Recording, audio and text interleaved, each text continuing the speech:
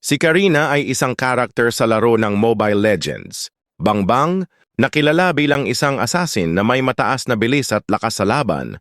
Siya ay isang batang babae na may misteryosong nakaraan at isang malupit na tagapagbantay ng mundo ng mga shadow. Ang kanyang kwento ay puno ng paghihiganti at pagnanasa ng katarungan.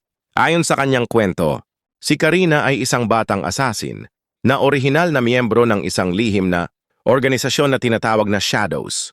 Siya ay isang eksperto sa mga teknolohiyang may kinalaman sa shadow energy at ang kanyang mga kasanayan sa labanan ay halos hindi matutularan. Ngunit sa kabila ng kanyang pagiging bihasa sa pakikidigma, siya ay nakaranas ng matinding pagkatalo sa kamay ng mga kaaway ng kanyang organisasyon.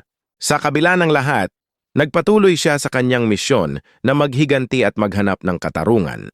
Habang naglalakbay siya, natuklasan niya ang masalimuot na koneksyon sa pagitan ng kanyang nakaraan at ang mga shadow. Nalaman niyang may mga tao sa kanyang paligid na nagtakda sa kanya at ginamit siya bilang isang kasangkapan sa isang mas malalim na balak. Sa paglipas ng panahon, nagbago ang layunin ni Karina mula sa paghihiganti patungo sa paghahanap ng tunay na katarungan. Sa bawat laban, ipinapakita niya ang kanyang kahusayan sa assassination at pagiging mabilis at maliksi, at patuloy niyang hinahanap ang mga tao na may kinalaman sa kanyang nakaraan upang ipaghiganti ang kanyang mga kasamahan at matuklasan ang buong katotohanan. Ngayon si Karina ay itinuturing na isa sa mga pinakamatinding assassin sa laro at ang kanyang misyon ay magbigay hustisya sa lahat ng mga nadaya at niloko at protektahan ang kanyang mundo mula sa mga malupit na puwersa ng dilim.